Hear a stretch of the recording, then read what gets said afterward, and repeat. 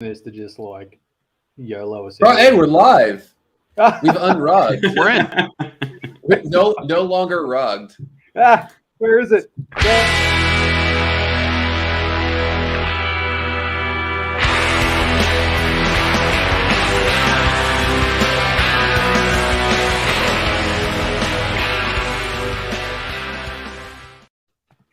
Hey. I can't believe that worked. Did you press the button and it finally worked? I've been pressing it for the last 13 minutes non-stop. Amazing. Okay. Hello, everybody. Welcome to Game of Nodes. Sorry about the slight delay. As Null just said, possibly was heard on the stream, we're validators. We don't have a backup plan. So when our streaming provider of choice decided to go down for 15 minutes right at the start of the stream, we were completely effed. So anyway, we're happy to be here. Thank you for joining us. And what are we going to be talking about tonight, Null? So we're talking about Prop 16. We avoided the shit out of it last time we had a stream, and now we're talking about it. But it's just like a bit of a general chat about a few of the different proposals that have gone up. And I don't think we're going to be, picking sides or anything like that. We're just having a nice general chat about what's available, and then moving on.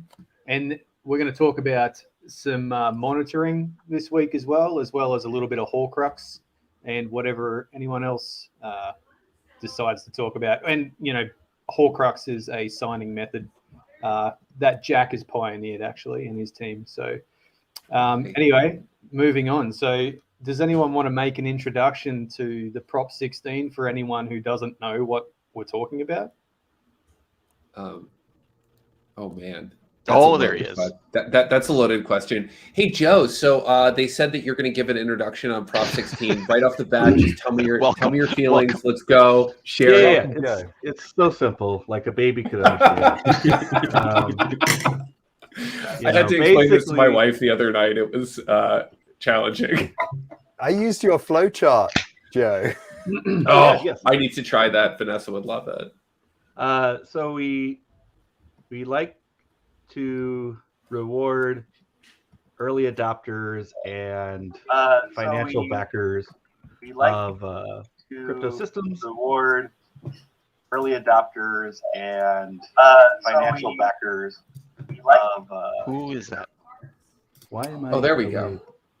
That was somebody's watching. The person who is slowly nodding positive. I'm guessing. Okay, please continue. Sorry, Break it down. Yeah. So we do these things called airdrops, and they usually work out great because we reward people that participate, and everything's merry. And then we do them again and again and again, and life is great. And the trick is to construct the airdrops in a way that they're fair, and that they don't over reward someone, or that they're not announced too early, so someone can try to get all the tokens for free. And what we found in the Juno stake drop is that someone got more tokens than we expected. And by we, I mean the core team. I'm a bystander. So the core team discovered that they had awarded more tokens than they wanted to. And so there was an initial attempt to try to pull those back. It was rejected. There was a second attempt to pull those back. It passed. And now we're trying to figure out what that means, how we can do it. And in the meantime, there have been a few alternative proposals or remediations recommended. And so, we've basically been hashing that out. So it really comes down to, does governance override your keys, your crypto? And I think in extenuating circumstances, we've seen it do that. We've seen it do that in Cosmos. We've seen it do it in Osmosis. And Juno is the next test of those two principles. I think that's a really nice way of laying it out, Joe. I feel like it's worth I haven't thought about it much. I feel like it's worth taking a moment to talk a little bit longer about airdrops, because really that's where the important bit here comes from. And airdrops are such a specific thing to crypto that, granted, everyone that's viewing probably knows crypto, but for those that don't, it's really worth emphasizing the importance of an airdrop to like stimulate the initial community. Juno's kind of claim to fame was that it's, you know, basically by the people for the people. It's a community network. But other chains, they use airdrops to achieve different things. For example, Dig, they airdropped to a social network, I want to say, in order to bring in like a specific community into theirs. And so because airdrops have this certain basis around them, thought structure around them, it's very common for people to try and game it, which is kind of the reason why people thought initially that the whale was trying to game it deliberately. A lot of people, they will create different wallets. They will, you know, stick a single token on 100 different wallets and stake all of them to try and optimize their airdrop, because in theory, it should be very profitable, such as in this example. But in effect, the intention of it is to stimulate the community, as you said. Yeah, so I think, you know, in terms of Juno and the airdrop in Juno and the whale, I think the basis of, you know, the outrage is that they've unfairly gained a large amount of token on the network, basically, and that it's sort of, a lot of people feel it's not in the spirit, I guess, of the airdrop and what it was meant for.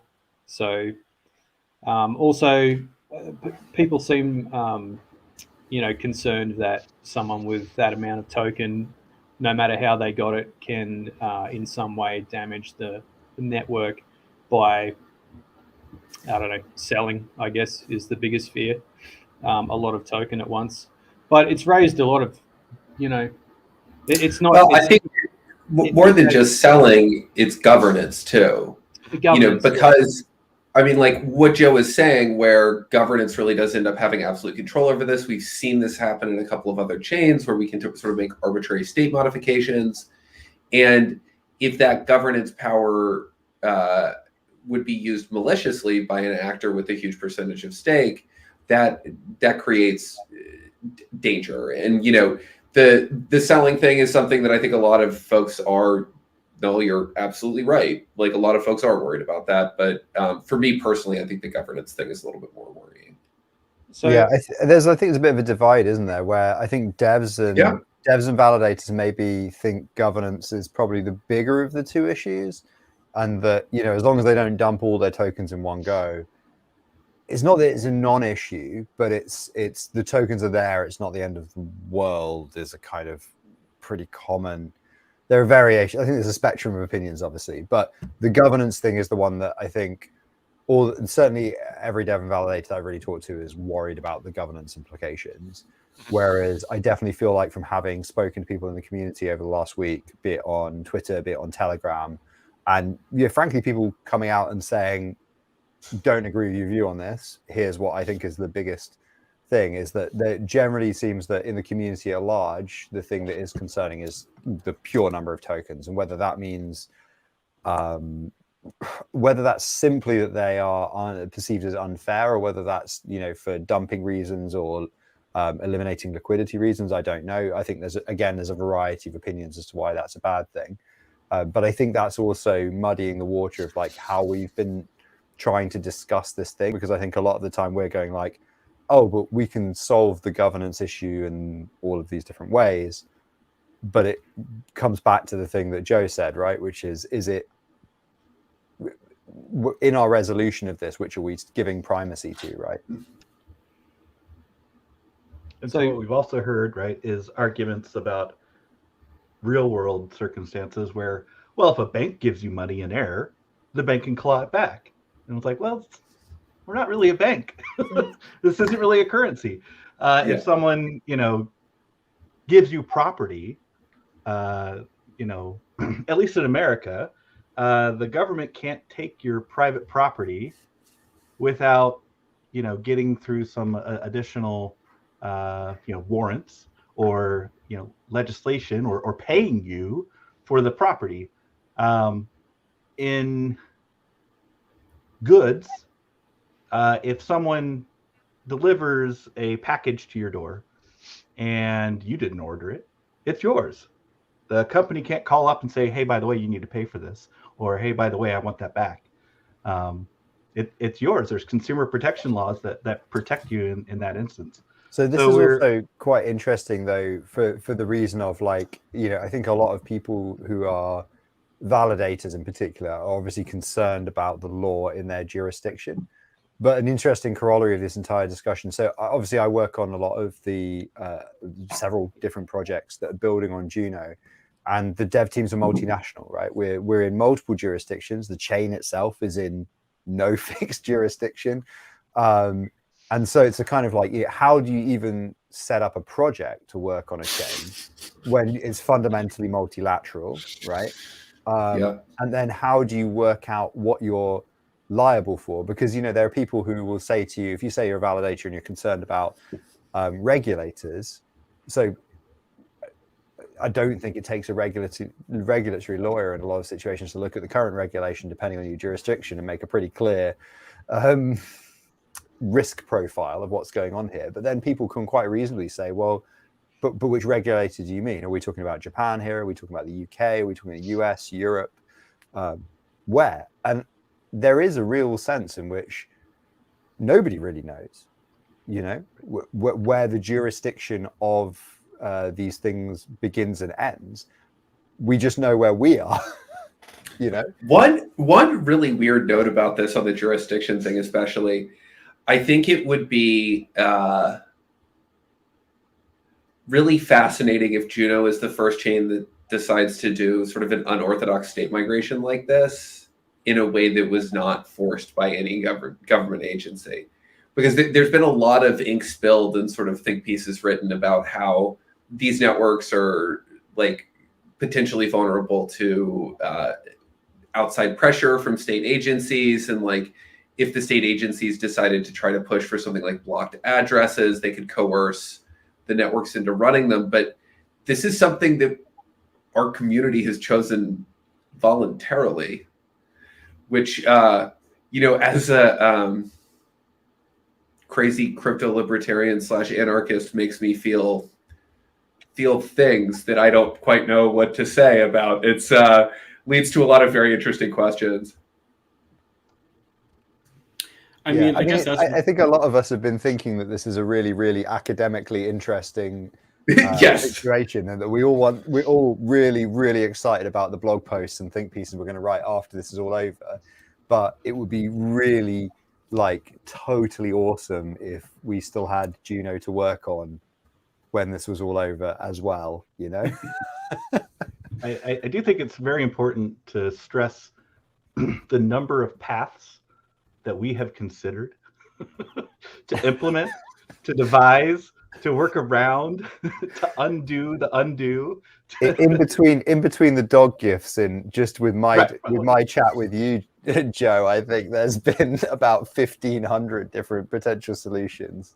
Yes, and so with each one of them, there's repercussions. There's potential fail cases where we suddenly halt the chain. And so how can we prevent that? And so, I understand that we all want this to come to a close, but we want to do it with intention and care, and to make sure that we're setting ourselves up for, a bright future, as opposed to setting the stage for a dark, bleary, authoritarian thing. Yeah. So I think if we can agree on anything, it's that this hasn't been great for Juno as a whole, and it's been incredibly stressful for a lot of people, no matter which side of the fence you're on. Whether you're pro yes or pro no with veto, or whether you're just or the whale, or whether you're piggy in the middle. It's been incredibly stressful, and I think a lot of people are starting to get fatigued from it as well. And I think the community as a whole, on all sides of the fence, really just want it to be a resolution and to be able to move on with development, which you don't hear much of the development at the moment because of all this as well. So there's a lot of good projects and important things going on. I mean, there is development happening, though. Sorry, usurper. No, that's okay, Jack. I was gonna say, and it's such a weird fence. You said like be on both sides of the fence, but it's not even pro CCN and against this. It's some pitchforking and this is a wrong that we need to right, which I understand. That's a valid viewpoint. And then there's this what we've been talking about, which is like Jack make a good point. Like, are we setting a precedent for how other bodies can come in and said this is not immutable. This is something that can be changed. Like all we had was a very close vote that had really poor documentation and details behind, and then had confusion in terms of, hey, change your vote at the last minute, and a lot of other things like going on through that process. That it's a really weird fence. Thanks, dude. And I think that it's such a I don't know. It's a really difficult position. So I think this pitchforking out here, like around. So it's validators that people are saying, hey, we want to stop and think about this. Doesn't necessarily mean that it's one side of this weird proverbial fence, but it's a little bit more around how do we want to set a precedent here about how this goes forward. And so I think there is a lot of stress around it, and there is a lot of conversation around it. I know that this community is really, really vibrant around trying to solve, like to fix this, to right this wrong type of idea. But I don't know if there's really a hurry. I know everybody says, looking at the rewards out of that account, that's been going on for how long, right? 8 months or whatever it is. Like, if we take another month, who cares? Like, it's not a big deal. Like, it's not something that if this proposal didn't come forward, we would not be talking about this right now, right? If this proposal wasn't, this might have been something we might have come up like a year from now, like, holy shit, look at this account, right? But just because of this fever and this kind of structure that we created now, I think it's feeding on itself. And I think what worries me most about this, and I'll stop talking, is that I don't want to set a precedent around just creating a fever that gets generated in Twitter and other types of things, and we're running after this type of thing without really understanding the reason or the why or anything else, and trying to get to the details of what's going on there. I think something else worth noting as well is that up until now, the CCN have been diluting themselves every day by selling. So they've actually been reducing their voting power every day by diluting themselves by selling, and that's now stopped. Yeah. So that's another thing. Like if we make them never sell and stake every day, then they're just going to increase their voting power. I think as well, like just picking up on what Yusuf was saying there as well, I think, Noel, you said this a couple of weeks ago when this first kicked off, which is like, however we come to a solution here, like everybody will hate it in the short term, and in 2 months we won't be talking about it. Like, I mean, this is the inherent nature of compromise. And if there's one thing that good governance does, it forces people to compromise. So I think that if we all hate it, that's probably a good indication that it's working well. I agree. Yeah. But on the one thing I want to kind of circle back on that we've kind of brushed over, and I think that as somebody who voted no on the proposal and has been very public in their views, this is something that I feel like doesn't get enough air. Like CCN, like not great. Mm-hmm. Like, I know. just like, I think we can all agree that like CCN is not great. I found out about them. I have to say, allegedly CCN are not great. Is not great. Allegedly been involved in some not great behavior. Yeah. Very allegedly. I forget that in England you guys have actual censorship, which is kind of hilarious. The home of the free press, where it started, and you guys have censorship. I found out about this entity back in 2020. Someone's like, they're running this huge MLM in Japan, and like there were the Tokumi Anso Twitter account at that time had just photos and videos of people like speaking about Cosmos. And like, I don't know if people know what was happening back then, but that was like DeFi summary tailed off, prices were way down, like we hadn't hit the crypto bull yet. Like Atom was struggle zone. We hadn't shipped IBC yet. It was a real tough time. And like nobody was buying Atom. And CCN went from nowhere to the 4th largest validator by doing whatever they did in Japan. So like, the really morally murky things are like, to get this cool IBC thing that we really like, a huge part of that might have been like this weird MLM scheme in Japan that like none of us like, did a bunch of shady things. That drove the price up, right? That drove the price up. Well, no, that bought when nobody else was buying. So essentially supported the price. Yep. Yeah, that one's super weird to me, and I don't know quite how to feel about it. And then like suddenly they get all these IBC airdrops because they have this weird wallet management strategy where they're like, the whole story is stranger than fiction in a lot of ways. And like, yeah, it's bizarre to me. I mean, also the whole story of this, how this is unfolded with the interactions and stuff. Like, you know, at first I thought it was the language barrier, and then for a while I was like, you know, are they negotiating in bad faith? Do they just not understand the seriousness of the situation? No. And I think it's actually a combination of a lot of the above. And also, like, yeah, I don't know if you've like seen these guys, but they're also like, I'm not that old, but they're young guys as well. Like, they're young guys who have made a lot of money. And I think there's a really strong element that they don't really know how they've ended up here other than they have. Like, and some of that's obviously been intentional. Obviously, you don't just make that kind of money without making conscious decisions along the way. But there is, like you just said, Jack, there's a stranger than fiction element to this entire thing, which I think, like, the kind of weirdness element of it cannot be underestimated in terms of how we've ended up. If you start off with a fundamentally weird situation, you can't be too surprised that it gets weirder and weirder and weirder the more you scratch, right? And we're at the point now where we've scratched off every single layer of the many. I don't know about that.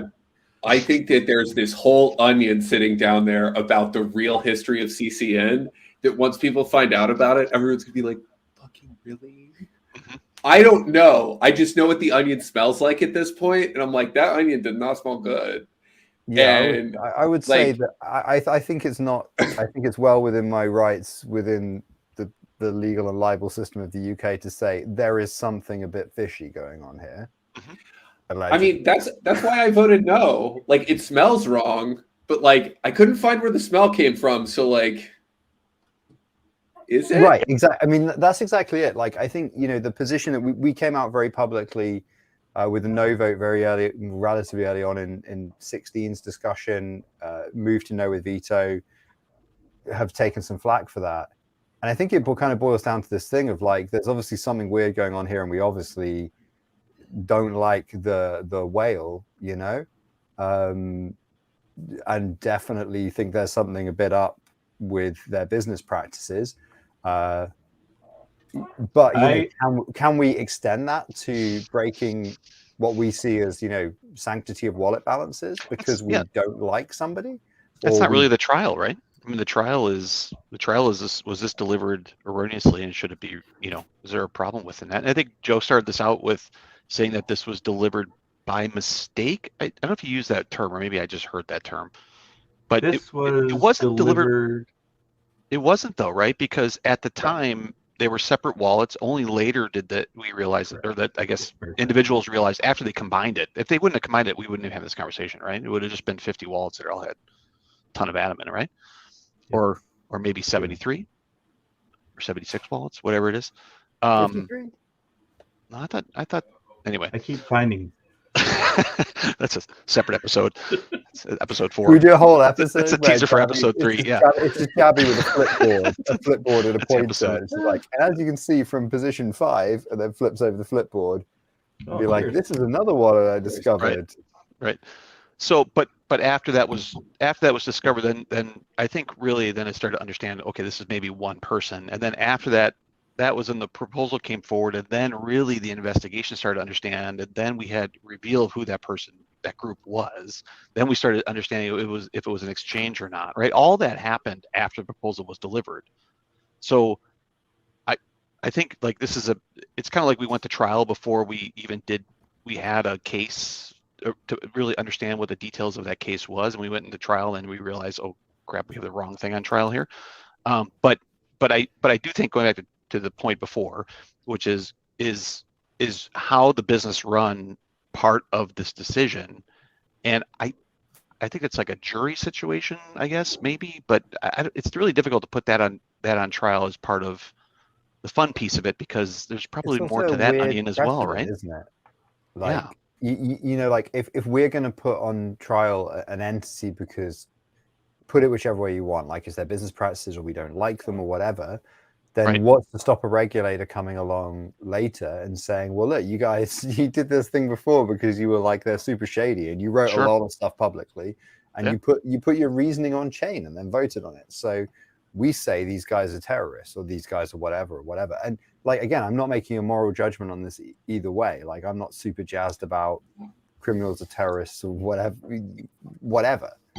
Anyway, but it's about whether or not we actually have a remit to act, or whether we're setting a precedent here, or specifically a precedent that can be repeated. And then, you know, back to your point, Usurper, you were saying like a lot of the reasoning here was rushed, but I think that's why it was very important to look at Jabby's first proposal, which was, you know, the reasoning of the proposal was of Prop 16, the wording was everything over 50K, you know, gamed wallet. And by that, you have to then look at Jabby's first proposal, which is every single wallet over 50K, which merged and which we can identify, that isn't the Prop 14 multi-sig quick edition or the IBC relayer account. You know, if you're going to claim it's a clawback or a generic clawback, I think you have to, that's the only argument you can fall back on and say we have to burn all those. But, you know, that burning 13 wallets or whatever is not a good look. So it's kind of, again, back to the, like, you know, what is... And I know we didn't know this before Prop 16 went live, and that's why we are where we are, right? That's a super important. It's very fundamental point to what we're talking about, isn't it? In that Prop 16 went live before I think any of us on this call knew it was a thing. Yeah. We knew that Prop 4 was a thing, but we didn't know Prop 16 was going to happen until, you know, oh, look, there's a proposal up for vote. Hey, wait a second. This looks familiar. What is this? Yeah. I think I was on Splitting Atoms 2 weeks ago when this happened. And I think you can see me at the beginning of the show go, oh, this proposal just went up on Juno. This is going to be a disaster. And you weren't wrong. Yeah. Yes. The Cosmos Club Network. So does anyone... AKA Debo, AKA Game. Well, didn't they have some rug from 2017 or a couple of rugs? So Mold, I think, was their original... Mold, AKA Mold. So I'm not sure if that was... I mean, I don't really know the details of it, but I'm not sure it was a rug. I think basically it was their game project called Mold that they were going to do on another network. And then so they ICO'd, I believe. And then, you know, the arse fell out of everything. So I think the plan was to distribute some of the game to the Mold holders or something like that, but can't be really sure. I haven't seen the tokenomics of the thing, but yeah, don't know if it's legit a rug though, I guess is what I'm saying. So when I was investigating like the claims for Prop 16, one of the things that some folks were asking me was, would you care if they were MLM Ponzi scammers? And I was like, no. As written, there's the criteria for the stake drop. They have met the stake drop criteria. They applied this before they could have known the stake drop criteria. There's nothing wrong here. And then they write a Medium article that says, so we sort of hold our customers' funds in custody, and we provide liquidity on their behalf, and we also buy and sell Atom on their behalf. And I'm like, well, that's like the definition of an exchange. They certainly they have a lot of holes in their feet for sure. Well, they also take a huge commission, but the period in which they bought Atom and then gave it back to people basically ensures that whatever they did otherwise, like they made their clients like a 4X, so who can get mad at them? Which is kind of another crazy situation about this whole CCN thing, that like Wait, Yeah, exactly. what? Even if it was done in like with the intention to like potentially like, so even if somebody could successfully allege that they were doing it with the intent of defrauding customers, which obviously would be a serious allegation, Yes. and is not proven, they nevertheless, because of market conditions, returned a 4x return to their customers, thus making them kind of great guys if you're their customers, right? Which is insane, right? Because when else would such a thing like accidentally be that crypto? profitable, It's right? only crypto. Well, and they Sure. advertise fairly modest returns, something like Yes. 8% or 7% or something like that, and to instead get 400% in 2 years, that Yeah, it's well, nice.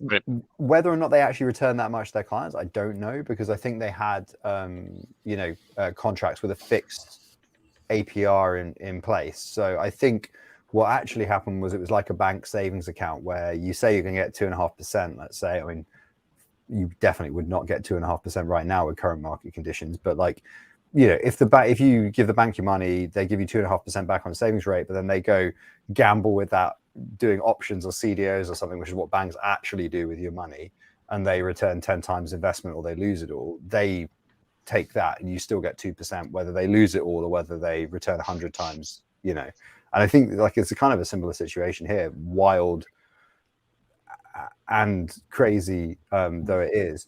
And some of the jump throughs as well to kind of make all that work are super sus. Like the fact they were issuing essentially a token that was not a token to represent the atom, like that's like a bearer token security. I mean, Oh yeah, that's all kinds of securities law issues. So I mean, this is not an alleged. I can just say this.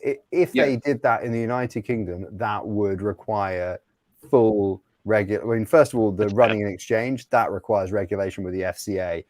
Issuing a token that's pegged to the potential security that acts as a security, pretty sure that's a regulated activity. There's a lot of things there that are like, okay, yeah, that's how. Because again, none of us are Japanese legal experts. Obviously, this apparently can get around whatever legal restrictions are in place, but gosh, it does not look good.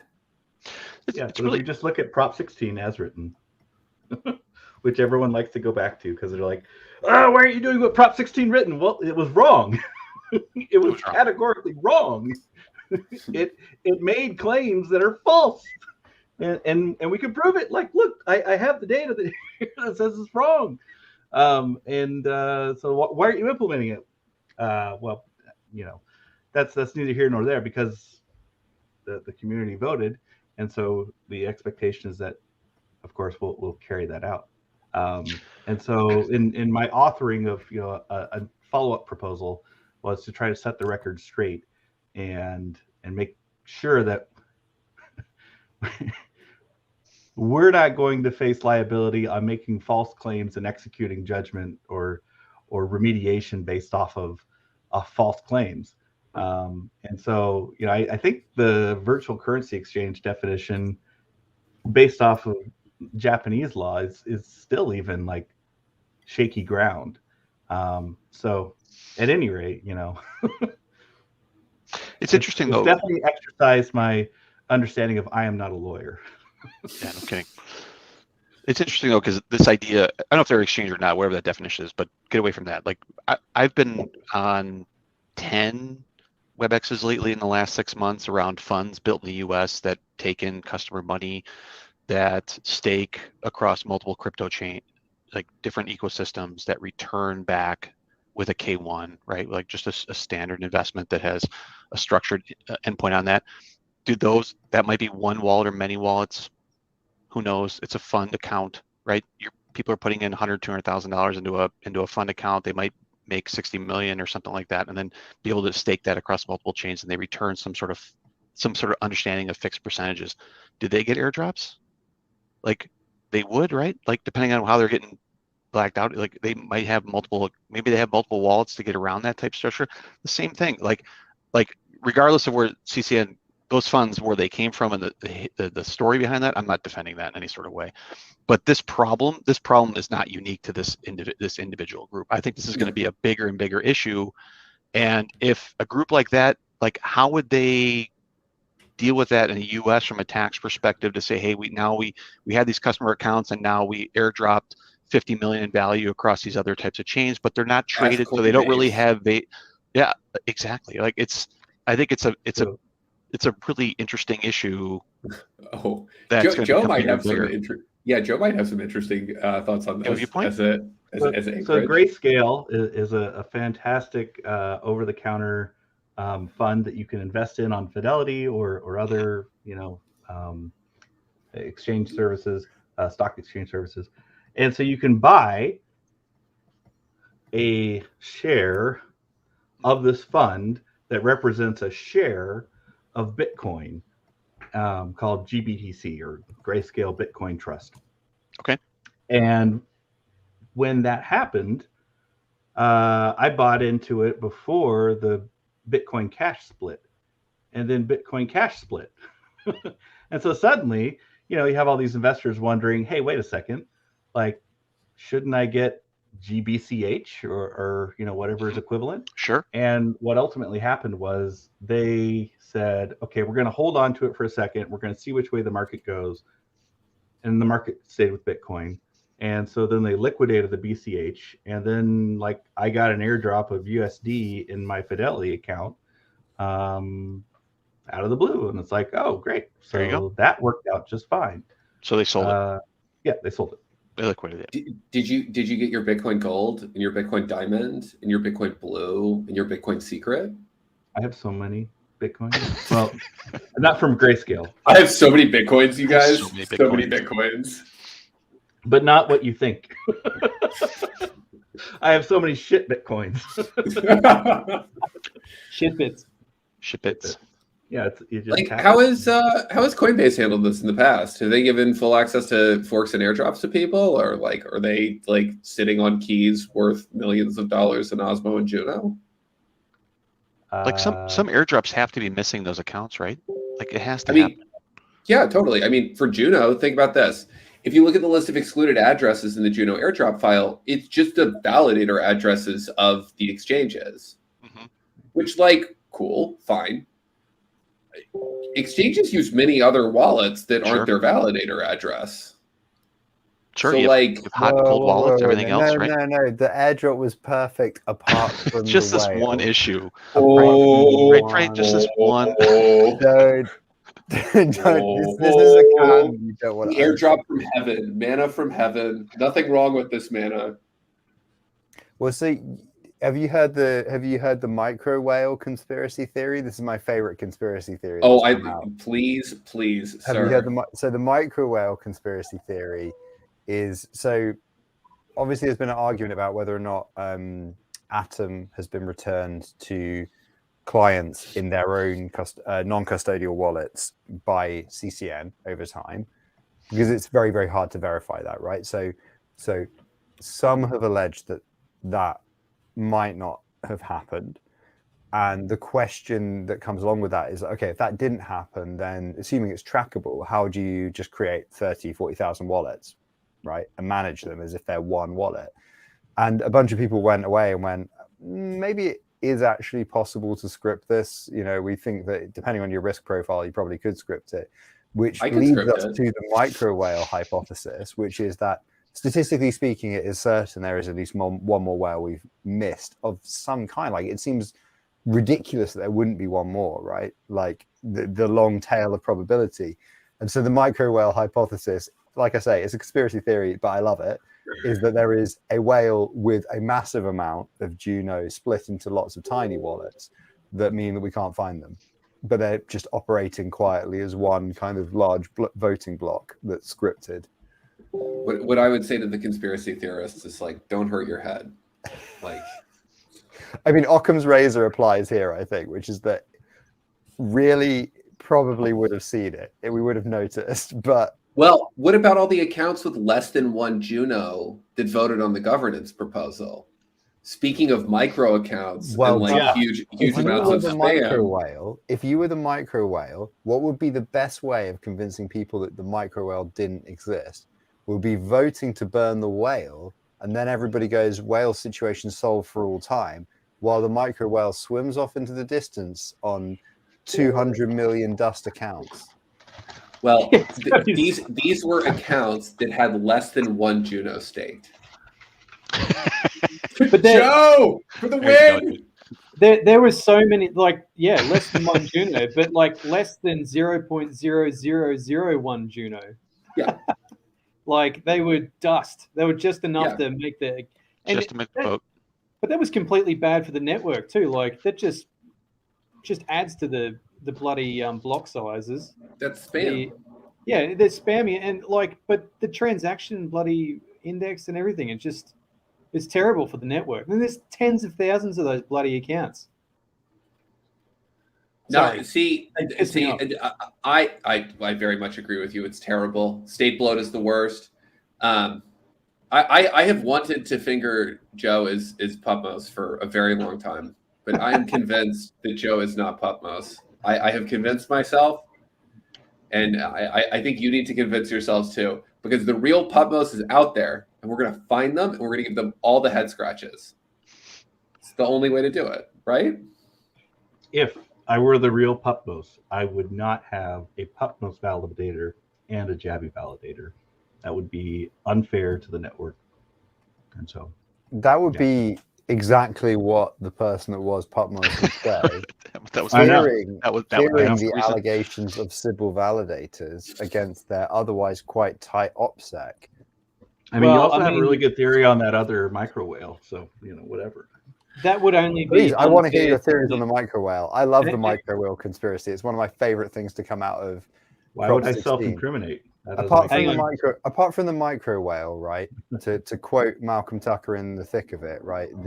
The last week has been like the Shawshank Redemption, except for way more crawling through shit and no fucking redemption, right? Just an endless pipe. But the micro whale is like the Just one endless. glimmer of hope. I'm like, this. Where is does this a pipe conspiracy go? theory and I love it. Schulte had a point, I think. I had a point. What are we talking about?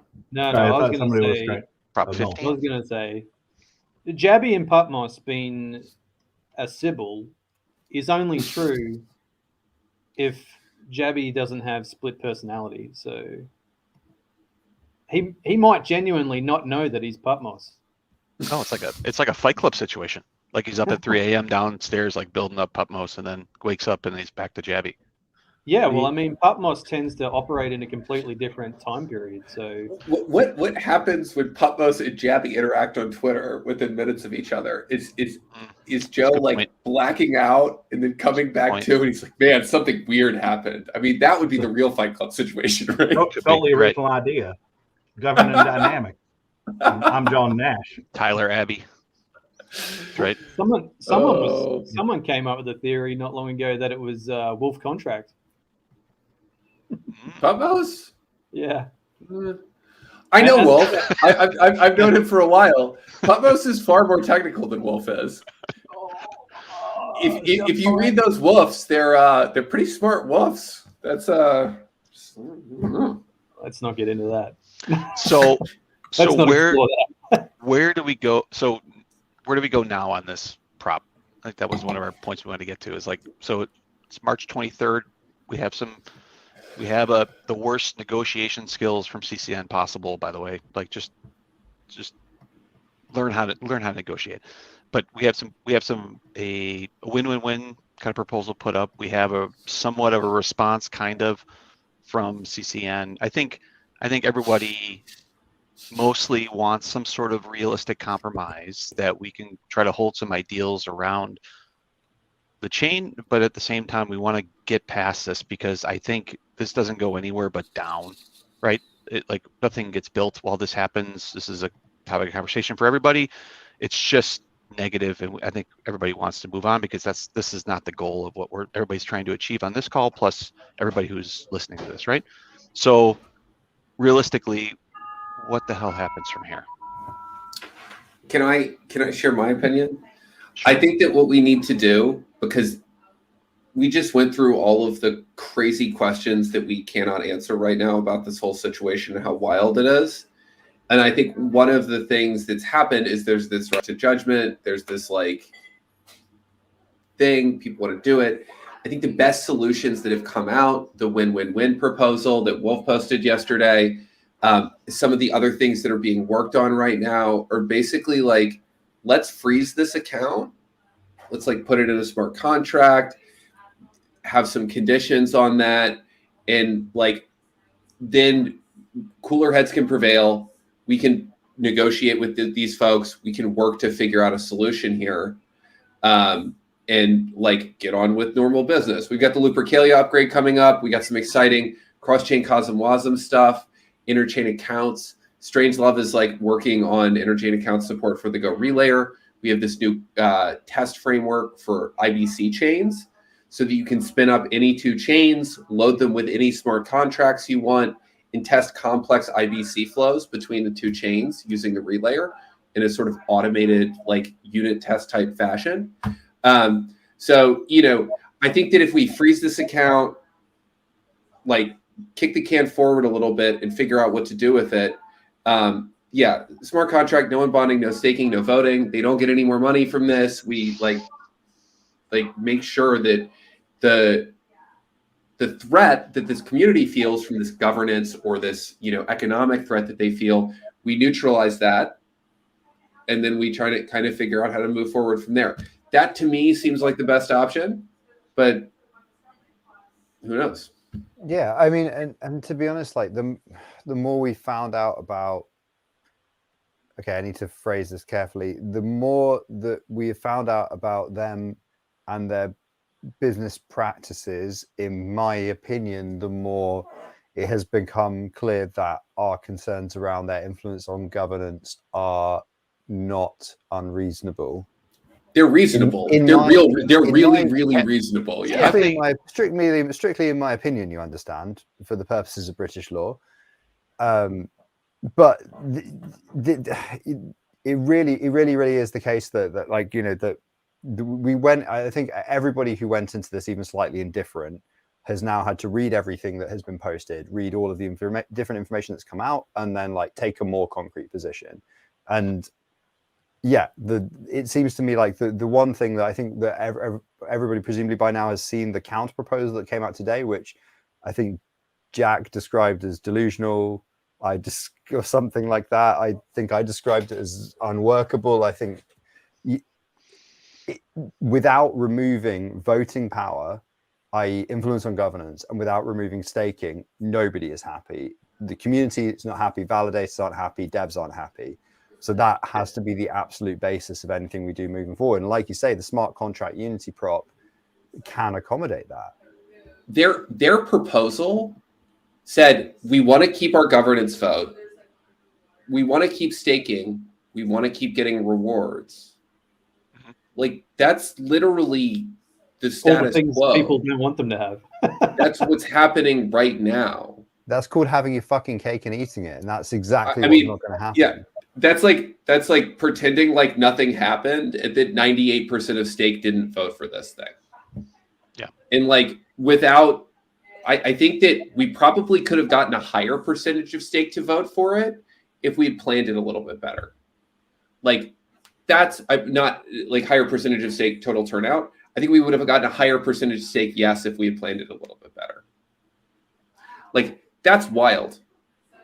That is an absolutely wild statistic. In all of my time in proof of stake blockchains, I've never seen anything like that. Not even close. And the turnout number, 98%? 98%. No, never seen it. Never seen anything above 90. I think Akash got to 89% on one proposal one time, and I was like, this is wild. You can probably go find my tweet from the time. I'm like, records in proof of stake governance. And like nothing like that. Just to clarify, though, that wasn't 98% of participants. That was 98% of stake. So that includes validators participating on behalf of stakers. Yes, I think that. So I think any way you measure this is sort of a record-breaking governance proposal. percentage of stake, you're absolutely right, is influenced by the number of validators voting. We had unprecedented validator turnout. That's pretty cool. If you look at the absolute number of votes, even excluding the Juno accounts that had less than one Juno, there's still like 30 or 40,000 people voting for this thing, individuals. I have a friend who's a lawyer. He's been investing in Terra and Cosmos and a bunch of stuff since like early 2020. I hooked him up with Kepler. No. I hooked him up with Kepler. I like showed him how to do all this stuff. He's been like staking Luna and doing DeFi protocols, but he has never voted in a governance proposal until this. And I think that there are many, many cosmonauts out there who this was their first governance experience. And that's cool. It's fantastic. Yeah. I think that's bullish for Juno. You know, Noel, you said earlier, like this can and does hurt the network in some ways. But I think that what this also shows is there's a ton of enthusiasm behind this network, and people really love it, and they want to keep contributing to it. And that, in my mind, that's bullish. Engagement, good. More and more people getting more and more excited about this, that's good. That means that when we launch the next version of DAO, when we have these really exciting interchain smart contracts, we got all of the coolest shit on Juno because we got all the coolest devs working on it. Like, yeah, absolutely. To be fair, I think it only hurts. I gotta jump here. Sorry, guys. I have a meeting at 5. Anyway, very much enjoyed this and looking forward to doing this again next week. I will see you guys on the next Game of Nodes. See you, man. See you Wednesday. Later, everybody. See ya. Yeah, so just on what Jack was saying, to be fair, from what I said before, I think it only hurts Juno temporarily. It's like, like I said to the Fray, 2 months down the road, no one even remembers this. Maybe even a month. It's once it's put to bed, it's done. No one will remember. No, I think that's a little dismissive. I think that there's more potential for it helping the network than it does hindering it, right? Because if we are setting precedent, regardless of what precedent we're setting, then people are going to be looking into it. Like this is quite literally a case that if there's a course on crypto in a college and university, this is going to be in it because there's statements out here. There's lots of public statements of different positions that are being taken, and it kind of shows the power and the significance of decentralization, right? So I think that showing like the fact that it's going to be so broad scale potentially, I think that it's a really great voice for what Juno is and what Juno can develop further into. So not to dismiss the prop, but I mean, we've already done it. Prop 4, it got voted down. No one talked about it until Prop 16. I don't remember hearing any discourse about it after at all. And it was a big thing at the time. But at the time, people weren't as invested in it because not many people had paid for their tokens. It was all airdrop tokens. Now you've got people are much more vocal now, I think, because there's a lot more people who have invested in Juno, not just received Juno. But in terms of longevity of the conversation, I don't know. But Prop 4, once it got voted out, that was it. We never heard about it again that I remember. I think that would be true if 16 had gone down. If 16 had said no and we decided we're leaving it, then I think that would be the end of the conversation. There would be a lot of contention now, what have you. But the fact that it went yes, and that ultimately what is going to happen is an account with $125 million or $100 million now is potentially going to be sucked out of a wallet by choice. That's what makes it a more interesting and more compelling conversation. And I think that's what's going to cement it into textbooks as like the first really big proof of stake instance where governance. Well, also just like a really interesting case of like Coder's law, right? Because you can say Coder's law on a proof of work blockchain, but you have no complicated governance structures. Whereas in proof of stake, ostensibly, you do have an electorate, right? But I think I was saying this to Meow the other day, like, you have like, in most mature electoral systems, you have some kind of idea of separation of judiciary, electorate, and law, right? So we kind of have law, we have code, and code implies very heavily, if not actively says, like the wallet balances are immutable, right? It makes that very heavy assumption if not actually lays it down as law, because you can't alter them other than doing an upgrade and forcibly mutating chain state and then coming back up with a new upgrade. I would say that's as close to law as you can actually get with programming, you know, barring the halting problem and lots of other fun computer science holes in, you know, code actually having a fixed meaning, right? It all gets a bit postmodern. But then we have this other thing that we don't have, which is a judiciary to rule on what that means, right? So what's the judiciary? That's presumably devs, right? In this case, in the absence of an actual, because we don't have a constitution, we don't have a social contract, right? So we have devs who interpret the code and they say, well, this is what it says, and this would be what changing it involves. And so I think there is like an element to this whole controversy, and I've seen a lot of it as a dev and as a validator who has said, number one, implementing this is radioactive. I'm not going to do it because legal implications, and frankly, I do believe that wallet balances should be immutable. Sorry, I think they should be changed only by transactions by the signer. You know, it takes a lot for a state or a bank to change a bank balance, and if we're not going to adhere to that same principle in crypto, what's the point of what we're doing? That's my honest opinion. That's just like my opinion, man, to quote the Big Lebowski, but it is my opinion.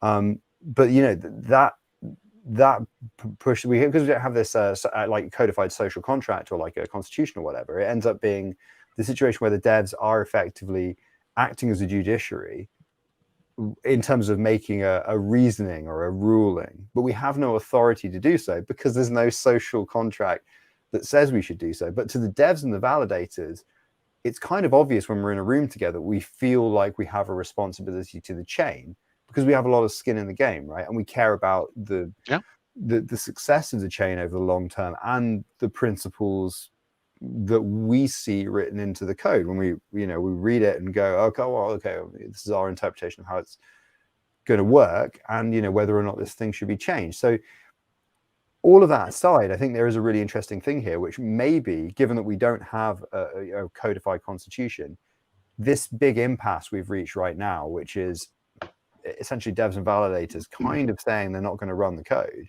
in one way, shape, or form, a large portion of people are not going to interact with it, is actually governance working as well as it can given the circumstances? Because that tension between a judiciary and an electorate is literally the definition of a healthy democracy. It's just that we haven't codified it. So what's fascinating to me is that this has organically happened, right?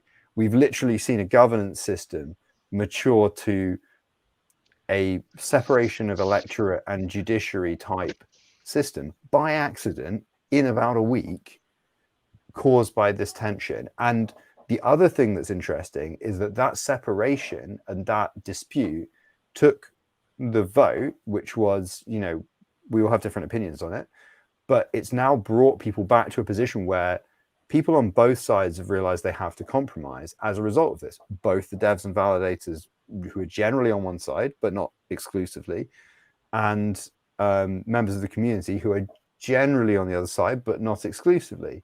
But what it's actually meant is that separation has brought people more towards the center into realizing that a compromise may be necessary. And like all compromises, everybody will be unhappy, but like Null says, we'll have forgotten about it in 2 weeks. So the interesting thing for me about what comes out of this is whether or not we can actually arrive at a compromise that we can then take forward and codify, right? Because you could write a political science PhD on this, if so, Yeah. I mean, heck, if I didn't have so much bloody Rust code to write, I'd write it. I mean, I doubt I'd get accepted to write it from anywhere, but it would be interesting, wouldn't it? Sorry, I've been rambling. I'm going to shut up for a second now. No, I think if the CCN team is watching this, please learn how to compromise. Like, try to understand what was been put out there. Try to be able to work a little bit and let's work towards the middle a little bit, because I agree that the back to the fence situation, either side of that is pretty brutal. And I think it's both sides are really damaging to the chain. So it's got to be something in the middle. Like, it has to be something where we work out where we uphold really the code of conduct and laws around the immutable blockchain. At the same time, we're trying to solve something that maybe should not have happened. And so I think there has to be some work within there to be able to do that. could you guys imagine? I'm not saying this is going to happen, but could you imagine the fallout of a past Prop 17 where 40% of the validators skip that block and the chain halts? Like, could you imagine that situation where we have a stopped upgrade? Then what? Like, then there's nothing to move, nothing's happening. Then Evmos. Like, where does that go? How do you, communication of that? How to be able to build that back up? Is that forked at that point? Like, what a freaking disaster! Like, that would I be. think the token price goes to zero, and we have to port all of our smart contract code to Kerberos, right? You can't sell anything, right? Oh my goodness! Like, No, No, not resolution. Kerberos. is It's you bloody protect the other those one. that don't participate. Oh no, it is Kerberos. No, it's not. Yeah, Kerberos has smart contracts, doesn't it? Or did I imagine No, that? it's the no, other there's no one. was. There wasn't in Kerberos. I felt like there was. If not, maybe now's the time for Doge and Wasm. I've been saying it for Step up. months. I've been saying it. Doge, Step up. I'm bullish on Doge and Wasm. We could No, enrich, man. What are you doing? Enrich me.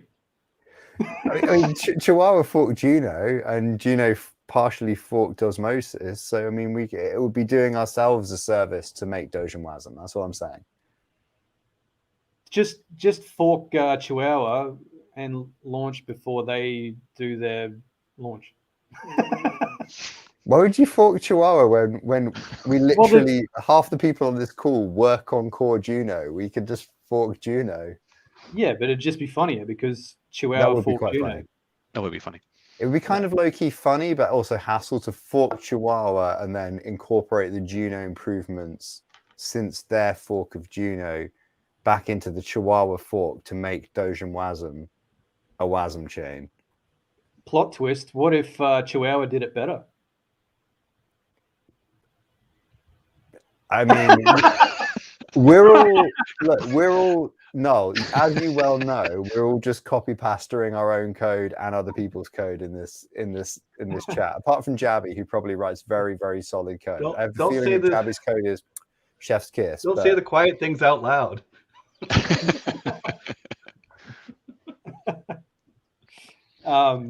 Yeah, back to the inside voice, I guess.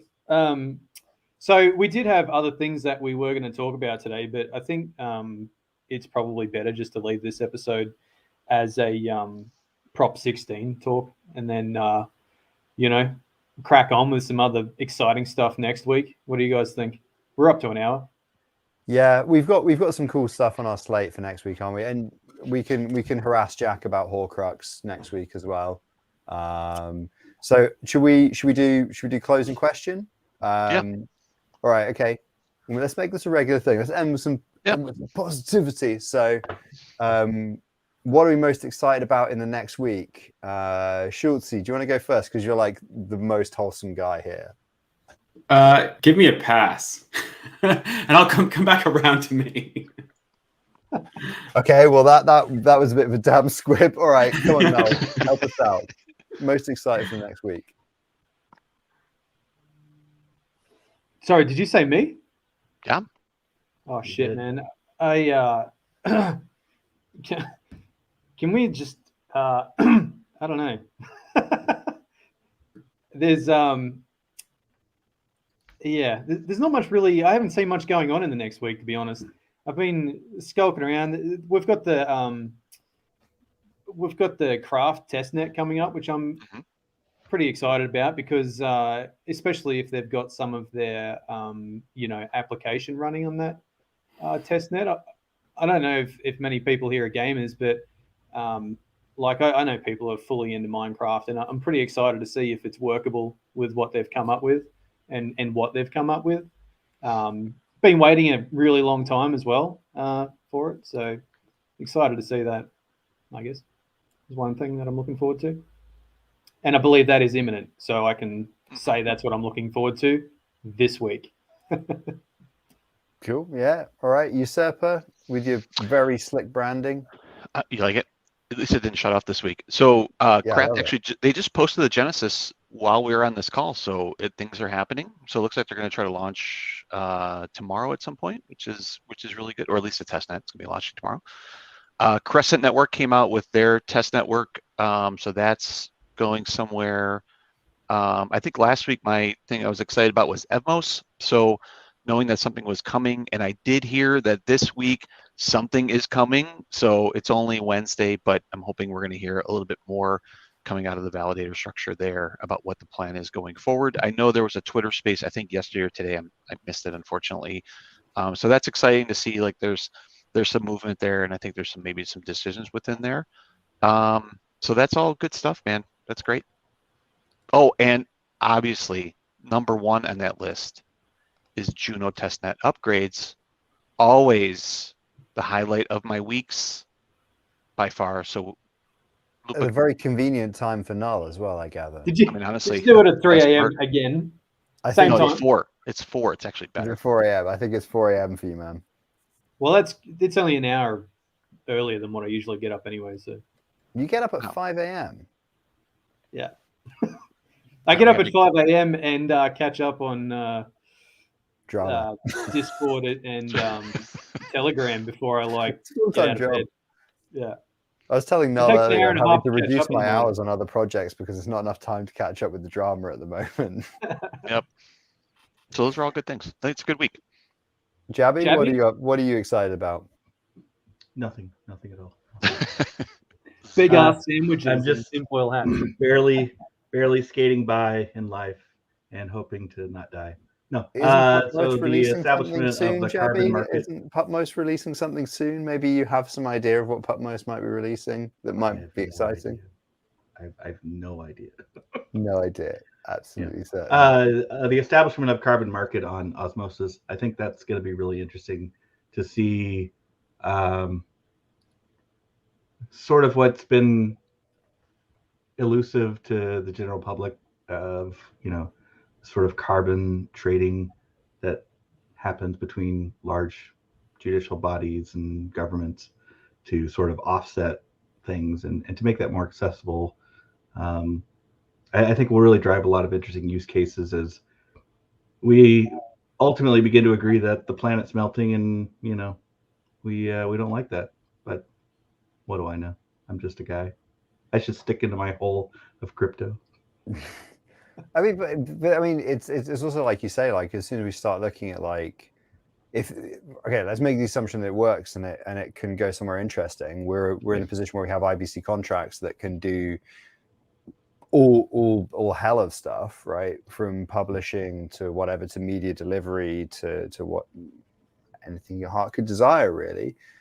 Combining that with the ability to interact with carbon credits on like a kind of buying or staking basis or whatever, like imagine Medium, but every time you clap it's actually like the underlying token is in some way pegged to carbon credits that are actually being traded or given to some kind of NGO that could action them in a meaningful way. I mean, look, financialization of everything is unlikely to save the world, let's be honest, but it could. You never know. We should try everything at this point.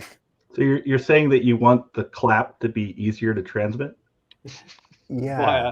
Via blockchain. Yeah, that's basically. I want it to be on the blockchain and have something that's going to make me feel good about helping the planet, but without doing anything to actually change my personal impact or footprint. I love it. And you have to We- get out your So what's this about? We all hit on the tree. 400 times. On-chain clap coming Q1 to Q2 2022. You heard it here. It's actually no joke. No joke. Might be working on something, but yeah, we'll see about that. Schultzy, have you come up with yours? Yeah, since this entire conversation was about Prop 16, I think I'm actually really excited for the way governance has been developing over the last few months in general. This isn't over the next week, but like if you look at Osmosis, their governance, it was almost always maximum yes every single time, very reliable. Same for Secret Network, and you're starting to see more activity in learning about what's actually happening in the proposal, more discussions happening on it. I think one downside of it is that there are people that do get really engaged and they get really excited about it, and they end up retaliating against their validators. We voted no, so let's like raise it to Reddit and tell everyone to delegate away. And I think that it's a really important point to make is that the fact that they're actually voting and engaging should be lauded. You know, even on osmosis, when everything was passing with 30%, 40%, whatever, that means 60 or 70% weren't voting. And really the people that aren't engaging with the network, those are the ones that should be shamed, not the ones that vote a certain direction. If they vote a certain direction, then just reach out to them and say, hey, why did you vote this way? And try and engage a conversation. I know all of you have engaged in the conversation, and I know many other validators, they've seen these conversations happening and then they get engaged. And the reality is we're all people. We have our own viewpoints. If you share your viewpoint, then we get to learn it, and then we get to kind of ingest it, and that might change our vote. It's really important to note that if a prop comes live on like the 1st and it ends on the 8th, and they vote yes on the 1st, that vote doesn't actually matter until the 8th actually hits. So they can change it, and that's okay. So if you see something that's awry, start a conversation. Calling people out on Reddit, maybe that's not the best way of going about it.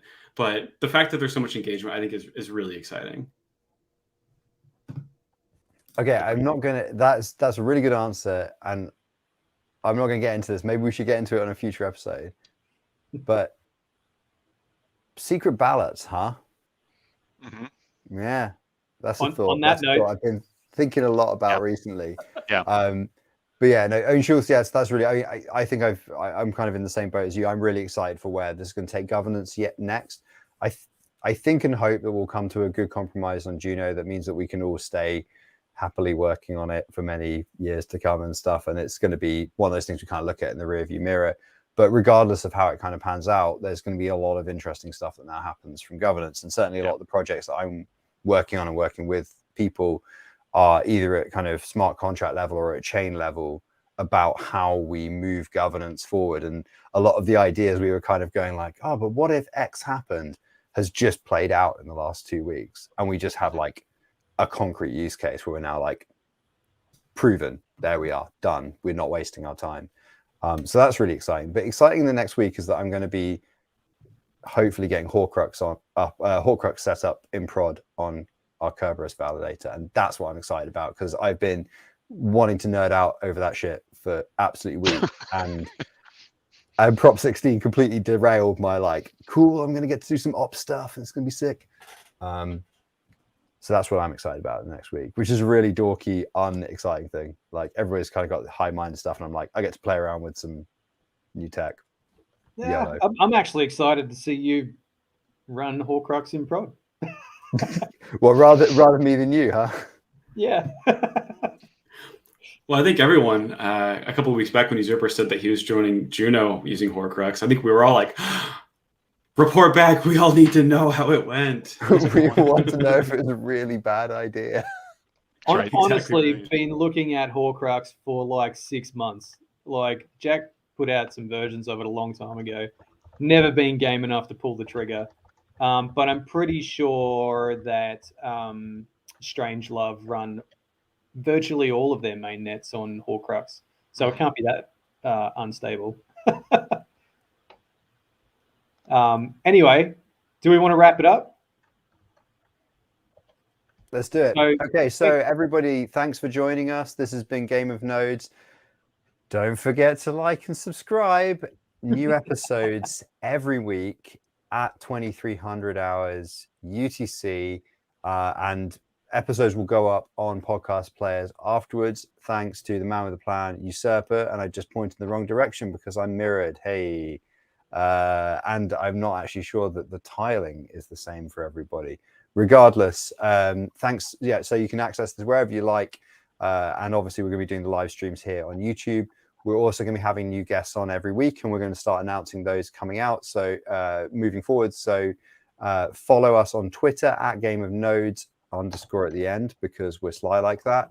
And we'll be announcing guests and stuff as we know them, and shout us out with any other topics that you think we should cover, and we probably will, except just not in this episode because we end up talking about Prop 16 for the entire thing.